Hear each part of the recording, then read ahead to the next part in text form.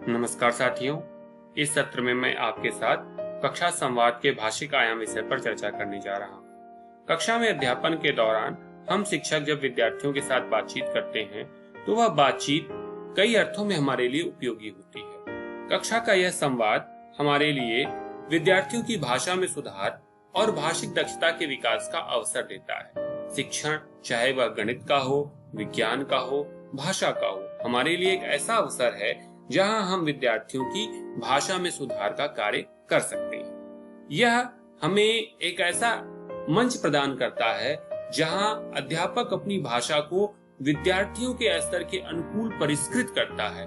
वह अपनी भाषा के द्वारा विद्यार्थियों को विषय संप्रेषित करना चाहता है, न कि उनके सम्मुख अपनी भाषा कुशलता का प्रदर्शन करना चाहता है। ऐसे ही हम अपनी कक्षा में भाषा की मदद से विद्यार्थियों को अधिगम में सहयोग प्रदान करते हैं। आइए हम कक्षा संवाद के इन तीन पक्षों सुधार करना, विद्यार्थियों के अनुकूल भाषा को परिष्कृत करना और भाषा द्वारा उन्हें सीखने में सहयोग प्रदान करने पर विस्तृत चर्चा करते हैं। पहला पक्ष है उनकी भाषा में सुधार करना। इसका तात्पर्य है कि हम विद्यार्थियों को फीडबैक और त्रुटि निवारण का अवसर उपलब्ध कराते हैं। यह अवसर शिक्षण उद्देश्यों के अनुरूप होता है। यह प्रक्रिया कक्षा शिक्षण के साथ साथ चलती रहती है और दीर्घकालिक होती है। इसके आधार पर विद्यार्थियों की भाषिक कुशलता, विषय को अभिव्यक्त करने की कुशलता और संवाद शैली का उनमें विकास होता है। इस प्रकार आप देख सकते हैं कि ये फीडबैक देना या त्रुटि निवारण की प्रक्रिया हमारे कक्षा संवाद का महत्वपूर्ण हिस्सा है, जो दीर्घ काल में विद्यार्थियों में भाषा कुशलता का विकास करती है, जो उन्हें विषय को सीखने में, विषय को अभिव्यक्त करने में और संप्रत्ययकृत करने में सहयोगी होती है। आइए हम विचार करते हैं कि हम भाषा में सुधार के लिए किन युक्तियों का प्रयोग करते हैं। हम देखते हैं कि इसकी दो युक्तियां हैं। पहली युक्ति है प्रत्यक्ष हस्तक्षेप द्वारा सुधार, जहां शिक्षक सीधे सीधे विद्यार्थियों को उनकी गलतियों के बारे में बता सकता है। जैसे विद्यार्थी कहता है अकबर बाबर का पुत्र था, शिक्षक कहता है नहीं, अकबर हुमायूं का पुत्र था। आप देख रहे हैं कि विद्यार्थी को शिक्षक ने सीधे फीडबैक दिया और उसे उसकी गलती का एहसास कराया। ऐसे ही विद्यार्थी कहता है कि मैंने गृह कार्य को पूरा कर लिया। शिक्षक क्या कहता है, गृह कार्य नहीं, गृह कार्य होता है। यहाँ भी आप देख रहे हैं कि शिक्षक ने बिना विलंब किए विद्यार्थी को फीडबैक दिया और उसे अपनी त्रुटि सुधारने का मौका दिया। दूसरी विधि होती है अप्रत्यक्ष सुधार। इसमें अध्यापक विद्यार्थियों को संकेत देता है। इन संकेतों द्वारा विद्यार्थी स्वयं समर्थ होता है कि वो अपनी त्रुटि सुधार कर ले। इसको भी एक उदाहरण के द्वारा मैं समझाने का प्रयास करता हूँ। विद्यार्थी कहता है बच्चे खेलते हैं। शिक्षक कहता है जब कर्ता बहुवचन होता है तो हम हैं का प्रयोग करते हैं। अब वह बच्चे से पूछता है कि बच्चे एक वचन है या बहुवचन। विद्यार्थी कहता है बहुवचन। तो शिक्षक उससे पुनः पूछता है कि तो हम वाक्य में क्या लिखेंगे। विद्यार्थी कहता है बच्चे खेलते हैं। यहाँ आप देख सकते हैं कि हमने सीधे सीधे प्रतिपुष्टि या त्रुटि निवारण न करके विद्यार्थियों को संकेत दिया और स्वयं समर्थ बनाया कि वह अपनी त्रुटि को दूर कर सके। इन दोनों उदाहरणों में आपने एक तथ्य का और अवलोकन किया होगा, वह ये है कि हम भाषा के प्रयोग के आधार पर फीडबैक देते हैं, जहां पर व्याकरण और उच्चारण की शुद्धता पर हमारा ध्यान होता है, और इसके साथ साथ हम विषय वस्तु के प्रयोग पर भी आधारित फीडबैक देते हैं, जहां हमारा लक्ष्य होता है कि विद्यार्थी जो कह रहा है, जो विषय से संबंधित बात है, उसकी महत्ता, विषय अनुकूलता और प्रासंगिकता बनी रहे। अर्थात सुधार करने, फीडबैक देने और प्रतिपुष्टि देने का कार्य जो कक्षा की बातचीत में अध्यापक द्वारा संपन्न किया जाता है, वह भाषा और विषय दोनों के बीच संतुलन को बना के चलता है, जिसका अल्टीमेट उद्देश्य विद्यार्थी को एम्पावर करना होता है कि वो अपनी बात को व्यवस्थित तरीके से कह सके। इसी तरह कक्षा संवाद का दूसरा हिस्सा होता है विद्यार्थियों के लिए बातचीत को परिष्कृत करना। कौन अपनी बातचीत को परिष्कृत करता है? तो शिक्षक अपनी बातचीत को परिष्कृत करता है। क्यों करता है? क्योंकि शिक्षक का विषय ज्ञान, उसकी भाषा संबंधी दक्षताएं विद्यार्थियों की तुलना में परिष्कृत होती हैं। यदि हम विद्यार्थियों के सामने ऐसी भाषा का प्रयोग करेंगे जो उन तक उस भाव को संप्रेषित ना कर सके, उनको कक्षा से ना जोड़ पाए, तो हमारे लिए कक्षा का माहौल ऐसा हो जाएगा जहां ज्ञान का निर्माण नहीं हो रहा है, बल्कि सिर्फ ज्ञान का एक स्थान से दूसरे स्थान पर स्थानांतरण हो रहा है। ऐसी स्थिति में क्या हमारी बात संप्रेषणीय है या नहीं, यह जानने के लिए और संप्रेषण को बोधगम्य बनाने के लिए हम कुछ युक्तियों का प्रयोग करते हैं। वे युक्तियां क्या हैं? उनमें पहली युक्ति है, हम बोध की जांच करते हैं। शिक्षक अक्सर कक्षा में सवाल पूछते हैं, क्या आप लोग समझ गए? ऐसे सवालों के माध्यम से हम विद्यार्थियों के बोध की जांच करते हैं। शिक्षक कई बार स्पष्टीकरण भी मांगते हैं, तो आप क्या कहना चाहते हैं? इस तरह के वाक्यों के द्वारा हम जानना चाहते हैं कि विद्यार्थी वास्तव में कहाँ समझ रहा है, कहाँ नहीं समझ रहा है, या उसका मंतव्य क्या है। शिक्षक कई बार पुनरावृत्ति का भी कार्य करते हैं। वे अपनी बातों को खुद दोहराते हैं या विद्यार्थियों से कहते हैं कि वे अपनी बातों को दोहराएं। इस प्रकार कक्षा में विचारों का गैप नहीं होता है, विचार पूरी तरीके से प्रवाह में बने रहते हैं, विचारों का अंतराल नहीं पैदा होता है। हम और किन कार्यों को करते हैं? ऐसे ही हम पुनर्कथन करते हैं, विद्यार्थियों की कई बातों को पैराफ्रेज करते हैं। इसके अलावा क्या करते हैं? विद्यार्थियों की बात में यदि कोई अधूरापन है, कोई अपूर्णता है, तो उसे भी हम पूर्ण करने का कार्य करते हैं।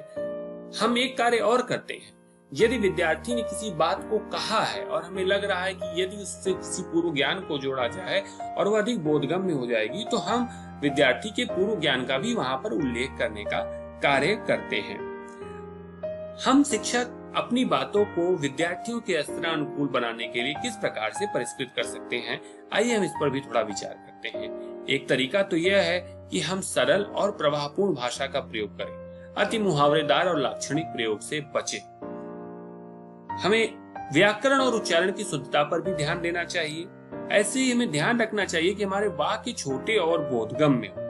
अपनी बात की संप्रेषणीयता को बढ़ाने के लिए हमें आंगिक और वाचिक युक्तियों का भी यथोचित प्रयोग करना चाहिए। हमें यह ध्यान रखना चाहिए कि हम किसी शब्द, मुहावरे या वाक्यांश की पुनरावृत्ति अधिक न करें। कई बार हम देखते हैं कि शिक्षक समझ गए कि नहीं, तुम्हें आया या नहीं, मैं ये जानना चाहता हूँ, इस तरीके की बातों को बार बार दोहराते हैं। इससे कक्षा में प्रवाह बाधित होता है। हमें यह भी ध्यान रखना चाहिए, हमारे द्वारा संवेदनशीलता का भी ध्यान रखा जाए। हम किसी ऐसे शब्द, वाक्यांश, मुहावरे, लोकोक्ति का न प्रयोग करें जो जाति, क्षेत्र, जेंडर के आधार पर पूर्वाग्रह युक्त हो। यह भी ध्यान रखना चाहिए कि हमारी कही गई बातों में निर्णयात्मकता न हो, वैल्यू जजमेंट अधिक नहीं होना चाहिए। इससे भी कक्षा का प्रवाह बाधित होता है। इस स्थिति में विद्यार्थी को लगता है उसका बोला जाना अपेक्षित नहीं था और अगली बार वह बोलने से बचने का प्रयास करता है। हमें यह ध्यान रखना चाहिए कि हमारी कक्षा में सूचनाओं की भरमार न हो जाए। यह अवधान को प्रभावित करता है। विद्यार्थी सुनना नहीं चाहते हैं। हमारी बातचीत इस प्रकार से हो कि अधिक से अधिक विद्यार्थी भागीदारी करें और उनकी भागीदारी उन्हें अभिप्रेरित करे। कई बार हम शिक्षकों का हाव भाव भी कक्षा के संवाद में महत्वपूर्ण भूमिका निभाता है।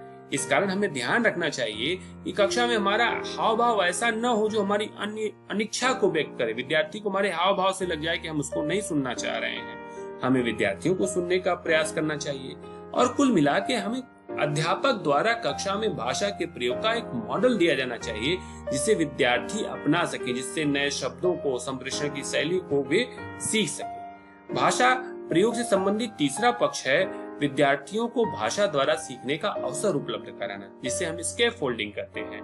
इसका तात्पर्य क्या है? विद्यार्थियों को उसकी संभाव्य क्षमता तक पहुंचने में मदद करना। इसमें अध्यापक की भाषिक कुशलता और अध्यापक द्वारा विद्यार्थियों को भाषा के माध्यम से दी जाने वाली सहायता दोनों महत्वपूर्ण होती है। इसके अंतर्गत हम क्या करते हैं? इसके अंतर्गत हम यह प्रयास करते हैं कि विद्यार्थी अपने विचारों को व्यवस्थित कर सके। वे केवल विचारों को व्यवस्थित ना कर सके बल्कि उसे संप्रेषित भी कर सके और यह विचारों का व्यवस्थापन, संप्रेषण उन्हें एक कॉग्निटिव असिस्टेंट दे जिसके माध्यम से वो विषय को सीख सके। इसके लिए हम जिन बातों का मैंने उल्लेख किया उसी के अनुरूप विद्यार्थियों की बातों को व्यवस्थित करने का एक प्रशिक्षण देते हैं। हम स्वयं उन बातों को व्यवस्थित करके विद्यार्थियों के सामने अभिव्यक्त करते हैं। तकनीकी शब्दावलियों, वाक्यांशों का प्रयोग करते हैं जिससे विद्यार्थियों को संकेत मिलता है कि वे कैसे अपनी बातों को व्यवस्थित कर सकते हैं। ऐसे ही हम उनके उच्चारण को या केंद्रीय विचारों को रेखांकित करना भी सिखाते हैं। हम उन्हें कही गई बात में मुख्य बात की पुनरावृत्ति करके बताते हैं जिससे उन्हें पता चलता है कि कैसे कही गई बात को एक स्वरूप, एक व्यवस्था प्रदान की जाए। हम उनकी विचारों का विस्तार करते हैं एक मोड़ तक, जहां तक वो अपने अनुभव को ले आकर छोड़ते हैं। उसमें विषय ज्ञान का पुट देते हुए उसे सबके लिए उपलब्ध कराने का कार्य करते हैं। यह तीनों ही विधियां, व्यवस्थित करना, स्वरूप देना और विस्तार देना, विद्यार्थियों को विषय सीखने का माध्यम बनती हैं। वे अपने अनुभवों को जिन शब्दों, जिन वाक्यांशों में व्यक्त करते हैं, रोजमर्रा की भाषा में व्यक्त करते हैं, उसे हम अध्यापक व्यवस्थित करते हैं, एक सब्जेक्ट का स्ट्रक्चर देते हैं, उन्हें एक एक्सटेंशन देते हैं कि किस प्रकार से हम अपनी बातों को व्यवस्थित कह सकें और उसमें उन सब प्रत्ययों, उन वैज्ञानिक अवधारणाओं का प्रयोग कर सकें जो हमारे अधिगम की अपेक्षा है।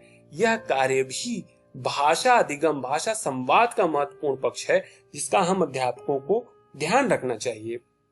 हमें यह प्रयास करना चाहिए कि इस तरह की परिस्थिति में विद्यार्थियों द्वारा कही गई बात एक वाक्य या वाक्यांश के साथ समाप्त ना हो, बल्कि वह संवाद को जन्म दे, जहां लगातार बातचीत होती रहे। तभी विद्यार्थियों के अनुभव निकल के सामने आएंगे, तभी हम उन्हें फीडबैक दे सकते हैं, तभी हम उनके से प्रीवियस नॉलेज से जोड़ सकते हैं, तभी हम उनके से एवरीडे नॉलेज से जोड़ सकते हैं।